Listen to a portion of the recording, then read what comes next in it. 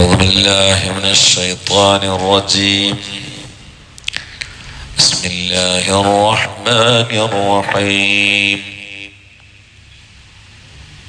وكنتم أزواجا ثلاثة فأصحاب الميمنة ما أصحاب الميمنة وأصحاب المشأمة ما أصحاب المشأمة والسابقون السابقون أولئك المقربون. صدق الله العظيم.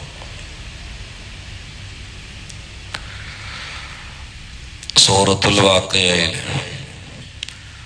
ഭൂമി തകർക്കപ്പെടുകയും പർവ്വതങ്ങൾ ധൂളികളായി പൊടിപടലങ്ങളായി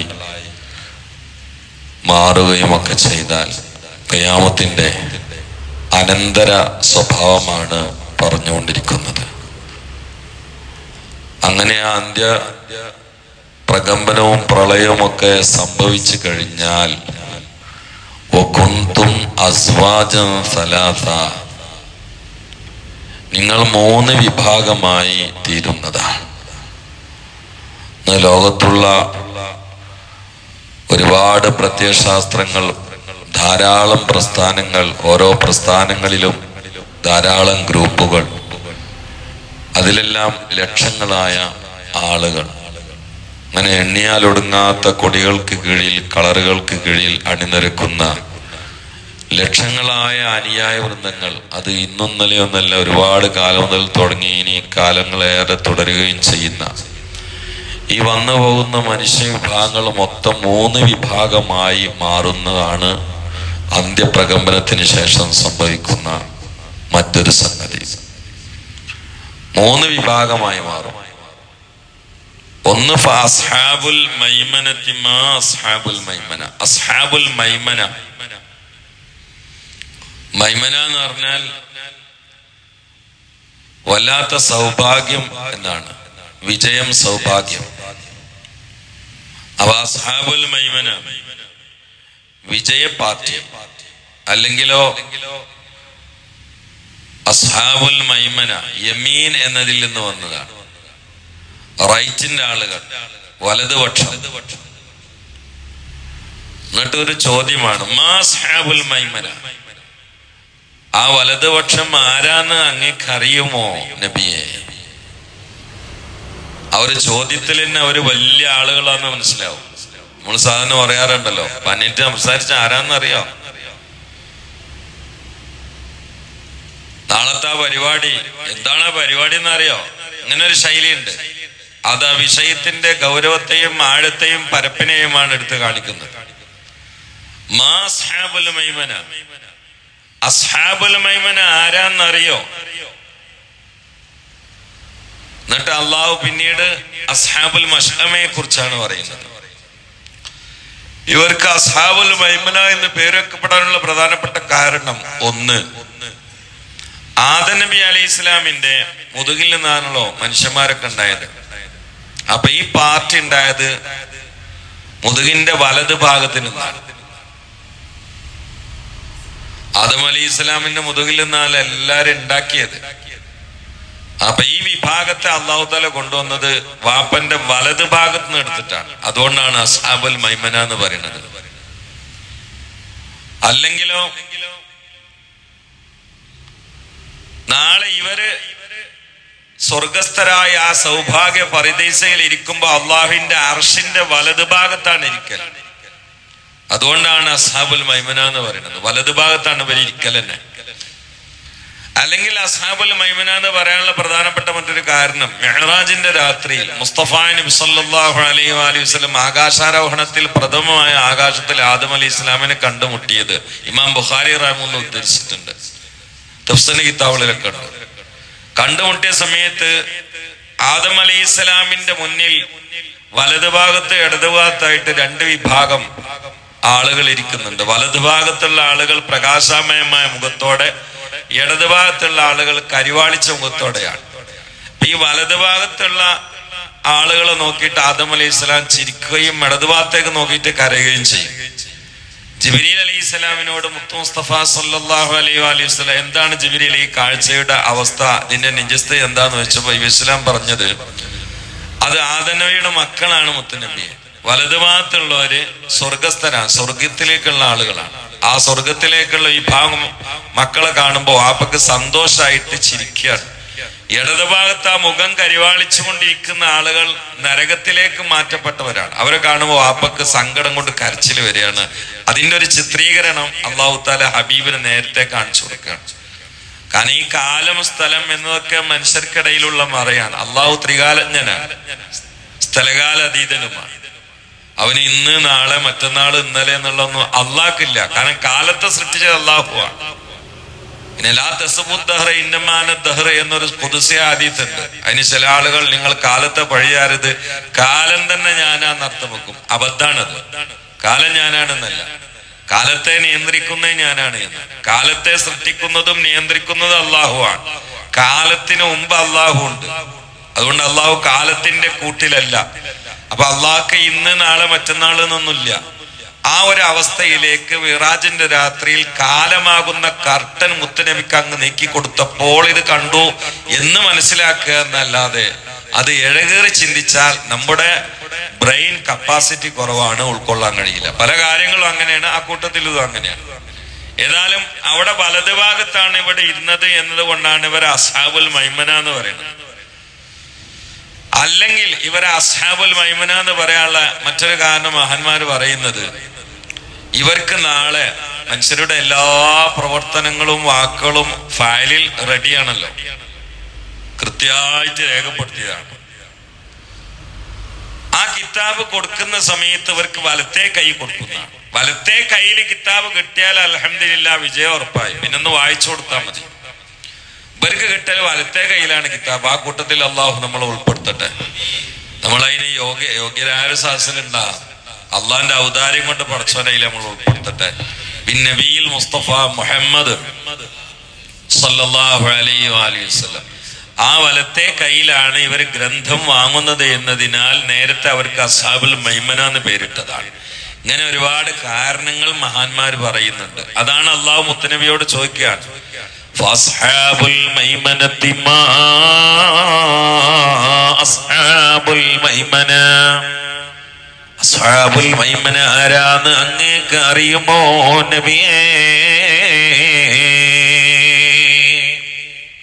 പിന്നെ അസ്ഹാബുൽ മശ്അമയാണ്. അത് പിന്നെ ലെഫ്റ്റിന്റെ ആളുകൾ. ഇടതുപക്ഷം ഞാൻ പറയുമ്പോൾ നിങ്ങൾ തെറ്റിദ്ധരിക്കരുത് കേട്ടോ. ചിലർക്ക് പറയുമ്പോ നമുക്ക് പേടിയാണ്. എന്താ ഇതിന് നേരെ അർത്ഥം ഇടതുപക്ഷം എന്നാണ്. നമ്മളെ നാട്ടിലുള്ള രാഷ്ട്രീയ വിഷയമല്ല എന്ന് മാത്രം. അതിന് കാരണം അവർക്ക് ഇടത്തെ കയ്യിലാണ് കിതാബ് കിട്ടുന്നത്. അതുകൊണ്ടാണ് അങ്ങനെ പറയാൻ കാരണം. അല്ല, അതവിടുത്തെ രാഷ്ട്രീയവും കൊടിയൊന്നും നോക്കിയിട്ടല്ല. ഇടത്തെ കയ്യിലാണ് കിതാബ് കിട്ടുന്നത്. ചിലതൊക്കെ പെട്ട തെറ്റിദ്ധാരണ വരെ. ഞാൻ മിഞ്ഞാന്ന് ഒരു മഹലിൽ നിന്നൊരു മൂലയരെ പിരിച്ചിട്ട് കേട്ട്. എന്താ ചില ആളുകൾ ഉണ്ടാവും എവിടെയെങ്കിലും പോയിട്ട് എന്തെങ്കിലുമൊക്കെ പഠിക്കും. അത് അതേമാതിരി നമ്മൾ ഉസ്താദ്മാരിൽ കണ്ടില്ലെങ്കിൽ അവർക്ക് ഉസ്താദ്മാരെ ചെറുതാക്കല പിന്നെ പണി. അപ്പൊ ഇവിടുന്ന് ഒരാള് ഏതോ ഒരു കൂട്ടരെ കൂടെ 2-3 ദിവസം അവിടെയൊക്കെ കറങ്ങി കുറെ സുന്നത്തുകളൊക്കെ പഠിച്ചു വെച്ചു. നാട്ടിലൊന്ന് നോക്കുമ്പോ മൂലയരെ അടുത്ത് കാണാനില്ല. അതിലും പഠിച്ച പ്രധാനപ്പെട്ട ഒരു സുന്നത്ത് ഭക്ഷണം കഴിക്കണതിന് മുമ്പ് ഉപ്പ് തിന്ന് തുടങ്ങണമെന്ന് അവിടുന്ന് ആരോ ഉസ്താദ്മാര് പറഞ്ഞു. ഉസ്താദ്മാര് പോണ കൂട്ടത്തിലുണ്ടല്ലോ, അങ്ങനെ ആരോ പറഞ്ഞു കൊടുത്തു. ഇവൻ തിരിച്ചന്ന് ഉപ്പിന്റെ ആളാ. ഇവൻ എന്ത് തിന്നാണെങ്കിൽ ആദ്യം ഉപ്പ് വയ്ക്കും. മൂലയരെ വീട്ടിൽ വിളിച്ചേർത്തി ഉപ്പും കൊണ്ടുകൊടുത്തൊരു പാത്രത്തിൽ കുറച്ച് ഭക്ഷണം കൊണ്ടുകൊടുത്തു. അപ്പൊ ഈ മൂലയ്ക്ക് നേരത്തെ പരിചയമില്ലാത്തോണ്ടും മറന്നോണ്ടും മുമ്പര് ഉപ്പ് ചിലപ്പം കുറവാണെങ്കിൽ കറി കിടാൻ കൊടുന്നിച്ചായിരിക്കും എന്ന് വിചാരിച്ചിട്ട് തൊടാതെ ഭക്ഷണം കഴിച്ചു പോയി. അതിൽ ചങ്ങായി പോയിട്ട് പറഞ്ഞു, നമ്മുടെ നാട്ടിലെ ഉസ്താദിന് സുന്നത്ത് എന്താന്ന് അറിയില്ല, അവിടുന്ന് തുടങ്ങി വിത്തനം ഉണ്ടാക്കില്ല. അതിനിടക്കാണ് ഇയാൾക്ക് ഇടതുഭാഗത്ത് ഒരു ചെറിയ മുഴ വന്നത്. അപ്പൊ അത്തയ്യാത്തിൽ ലാസ്റ്റ് അത്തയ്യാത്തിൽ ഇരിക്കണമാതിരി ഇരിക്കാൻ വയ്യ, രണ്ടാമത്തെ അത്തയ്യാത്തിൽ ഇരിക്കണമാതിരിയാണ് ഇരിക്കുന്നത്. ഇത് കണ്ട് അവൻ എല്ലാവർക്കും കാണിച്ചു കൊടുക്കാൻ തുടങ്ങി. കണ്ടോ, അങ്ങനെയല്ല ഇരിക്കേണ്ടത്. സുന്നത്തിന് ഒരു നിലമലിയും കൊടുക്കാത്ത ആളാണ് ഇയാളാണെങ്കിൽ. മൂലയൊരു പച്ച പാവമാണ്, ആരോടും ഒന്നും പറഞ്ഞ് പ്രതികരിക്കൂല. ആരെന്താ ആക്ഷേപിച്ചാലും മൗനിയാണ്. അത് ആളുകളുടെ ഉള്ളിൽ കയറി ആളുകൾക്ക് ചൂണ്ടി കാണിച്ചു കൊടുക്കും. ഇങ്ങനെ അത്തയ്യത്തിൽ ഇരിക്കണ്ടേ, ഇങ്ങനെ ഇപ്പൊ നമ്മളെ വെച്ച് മുമ്പിൽ ഇരിക്കണേ. കണ്ടില്ല നിങ്ങള് ഇത് രണ്ടാമത്തെ അത്തയ്യാത്തിലുള്ള ഇരുത്താണ്, ലാസ്റ്റ് ഇരുത്താണ് ഇപ്പൊ ഇരിക്കണത് എന്നൊക്കെ പറഞ്ഞിട്ട് പിത്തനൊക്കെ ഉണ്ടാക്കി അവസാന കമ്മിറ്റിയാവും കൂടി യാവും കൂട്ടിയിട്ട് 22 കൊല്ലമായിട്ടുള്ള മൂലരെ പിരിച്ചിടാൻ തീരുമാനിച്ച് പേപ്പർ കൊടുത്ത് നിങ്ങൾ ഏതായാലും നാട്ടിൽ നിന്ന് പോകണം, ഇവിടെ ഒരു സുന്നത്തിന്റെ ആള് വന്നാണ്ട് ഞങ്ങളോട് പറഞ്ഞൊന്നും ഞങ്ങൾക്ക് ഉൾക്കൊള്ളാൻ കഴിഞ്ഞിരുന്നില്ല, പക്ഷെ ഒരു കാര്യം ശരിയാന്ന് എനിക്ക് മനസ്സിലായി, നിങ്ങൾ അത്തയ്യാത്തിൽ ഇരുത്തം ശരിയല്ല. മൂപ്പര് പോകാനൊക്കെ തീരുമാനിച്ച് കമ്മിറ്റിക്കാരോട് പറഞ്ഞ് ഞാൻ വെള്ളിയാഴ്ച ഒന്ന് യാത്ര പറയട്ടെ എന്ന് വെച്ച്. അതൊരു മാന്യത അല്ല, യാത്ര പറഞ്ഞു പോയിക്കോളിന്ന് പറഞ്ഞു. മൂപ്പര് എണീച്ചിട്ട് പറഞ്ഞ് 22 കൊല്ലങ്ങൾ എന്നെ ഭക്ഷണം തന്ന് നോക്കി പോയിട്ടതിന് ഞാൻ എല്ലാ സമയത്തും നിങ്ങളത് ഓർക്കും, ഞാൻ നിങ്ങളാരും മറക്കൂല. പിന്നെ ഒരു കാര്യം നിങ്ങളോട് പറയാനുള്ളത് എന്താ വെച്ചാല്, എനിക്ക് 2-3 ആഴ്ചയായിട്ട് ഈ ഭാഗത്തൊരു മുഴയുണ്ട്, അപ്പൊ അതുകൊണ്ട് എനിക്ക് ശരിക്കും ഇരിക്കാൻ കഴിയാത്തതുകൊണ്ട് ഞാൻ ലാസ്റ്റ് അത്തയ്യാത്തിൽ 2-ാമത്തെ റക്കാത്ത് ഇരിക്കും പോലെയാണ് ഇരുന്നത്. അത് ഞാൻ ഇപ്പം പറയാൻ കാരണം എന്താ വെച്ചാൽ ഞാൻ പോകാൻ ശേഷം ഈ 18 നിങ്ങൾ നരകത്ത് പോണ്ട എന്ന് കരുതിയിട്ടാന്ന് പറഞ്ഞപ്പോഴാണ് എല്ലാവരും കൂടി കരയുന്നത്. സംഗതി നോക്കണം നിങ്ങൾ, സംഗതി അറിയാതെ എടുത്ത് കയറിയിട്ടാണ്. എന്തിനാ ഞാൻ പറഞ്ഞേ മറന്നല്ലോ. ഈ മൂല്യാര മഴ പെട്ടെന്ന് കയറി വരൂല്ലോ. അല്ല, ഇടതുപക്ഷം പറഞ്ഞിട്ട് അദ്ദേഹത്തിൽ മഴന്നോ?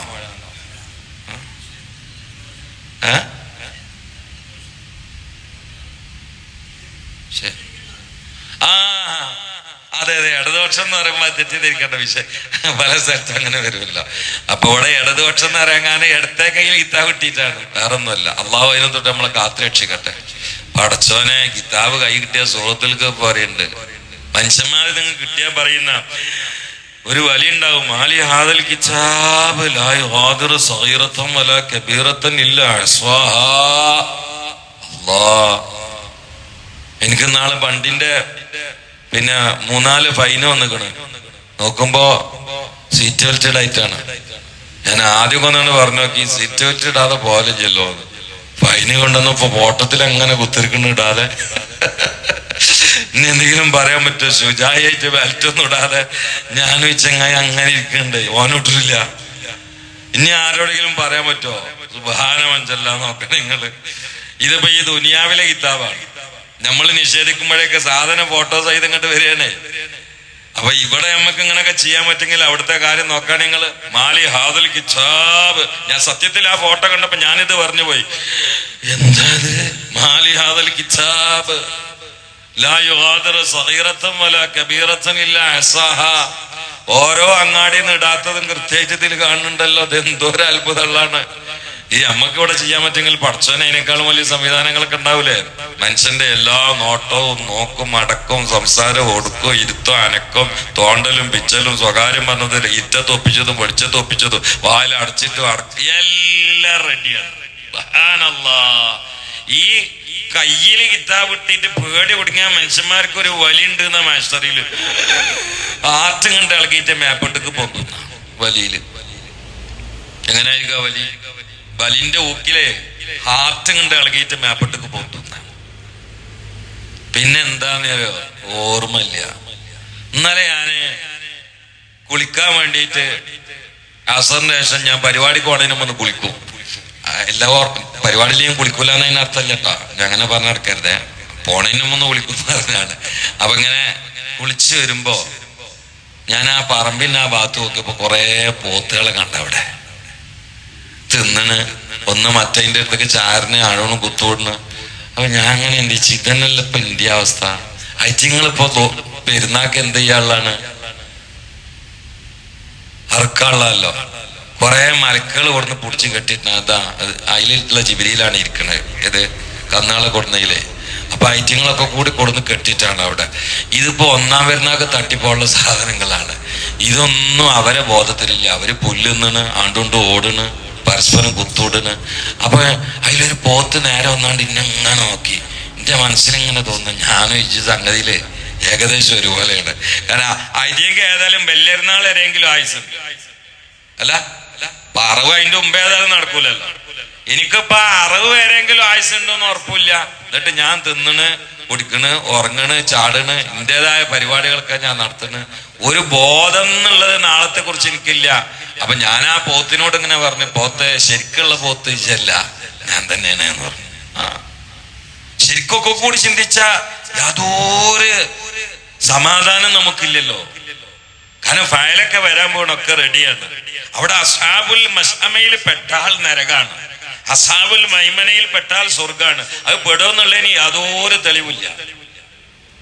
അബ്ദുല്ലാഹിബ്നു അബീ മുലൈക്ക റളിയല്ലാഹു അൻഹു താബീങ്ങളിൽ പ്രസിദ്ധനാണ്. അവര് പറയാണ്, വജത്തു 30 മിൻ അസ്ഹാബിൻ നബി സല്ലല്ലാഹു അലൈഹി വസല്ലം കുല്ലുഹും യഖാഫൂന അലാ ഈമാനിഹിം വകുല്ലുഹും യഖാഫൂന നിഫാഖ. മുത്തു മുസ്തഫ സല്ലല്ലാഹു അലൈഹി വസല്ലമയുടെ സഹാബാക്കളിൽ 33 ആളുകളെ, 30 ആളുകളെ എന്റെ ജീവിതത്തിൽ ഞാൻ കണ്ടിട്ടുണ്ട്. താബി എന്ന് പറഞ്ഞാൽ സഹാബിയെ കണ്ട ആൾക്കാണ് താബി എന്ന് പറയാ. ആ 30 ആളുകളും ഈമാന്റെ വിഷയത്തിൽ സദാ പേടിയുള്ള ആളുകളായിരുന്നു എന്നാണ് സഹാബാക്കൾ. നമ്മുടെ അവസ്ഥയാ? അള്ളാഹു നമ്മളെ കാത്തുരക്ഷിക്കട്ടെ. അപ്പൊ ബേജാറാണ് ഇതിലൊക്കെ പെടാൻ നല്ലത്. തെറ്റുകൾ മനുഷ്യന്മാരാണ് സംഭവിച്ചിട്ടുണ്ടാവും, ഇനി സംഭവിക്കും, ചെയ്യായിരിക്കും. പക്ഷെ ബേജാറ് കൂടിയിട്ട് മരിക്കണതിനും ഇതിനൊക്കെ ഒരു പരിഹാരം ഉണ്ടാക്കിയിട്ട് പോയിട്ടില്ലെങ്കിൽ അള്ളാഹു ആ കൂട്ടത്തിൽ നമ്മളെ കാത്തുരക്ഷിക്കട്ടെ. പിന്നെ മൂന്നാമത്തെ വിഭാഗത്തെ ആദ്യം വരെ 3 ആളെന്ന് പറഞ്ഞു വെച്ചു, പിന്നെ വിസ്താരായിട്ട് പറയുന്നുണ്ട്, അതിന് ശേഷമുള്ള ആയത്തുകളിലുണ്ട്. ഇൻഷാ അല്ലാഹ് പിന്നെ പറയാം. ഇപ്പൊ 3 വിഭാഗത്തെ പറഞ്ഞു വെച്ചു. അതിലെ മൂന്നാമത്തത് ഇപ്പൊ 2ആയി, അസ്ഹാബുൽ യമീൻ, അസ്ഹാബുൽ മശ്അമ, അസ്ഹാബുൽ മൈമന, അസ്ഹാബുൽ മശ്അമ. പിന്നെ ഒരു വിഭാഗം വസ്സാബിഖൂന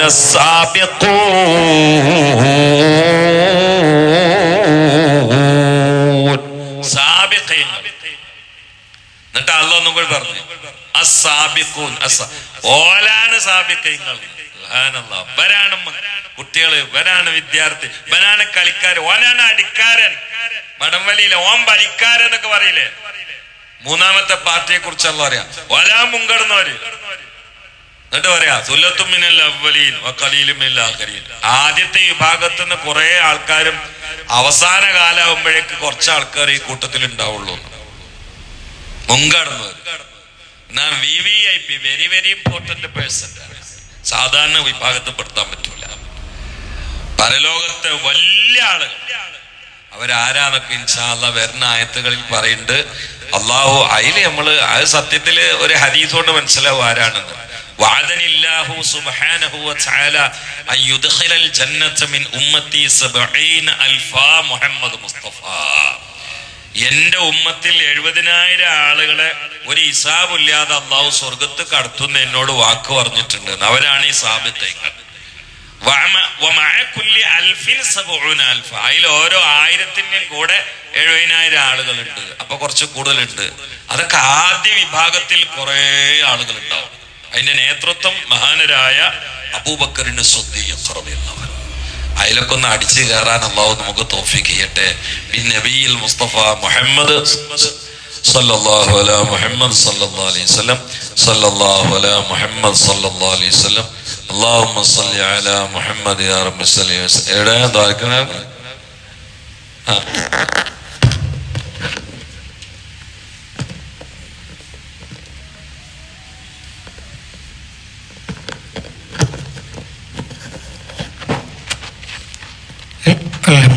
الحمد لله رب العالمين حمدا يوافي نعمه ويكافئ مزيدا. اللهم صل على سيدنا محمد وعلى آل سيدنا ومولانا محمد وصل اللهم ثواب قراءتنا وبركة دعائنا أولا إلى حبيبك المصطفى محمد صلى الله عليه وسلم وإلى حضرة البدريين واللهديين والخندقين والتبوكين وسائر الصحابة والقرابة كلهم أجمعين.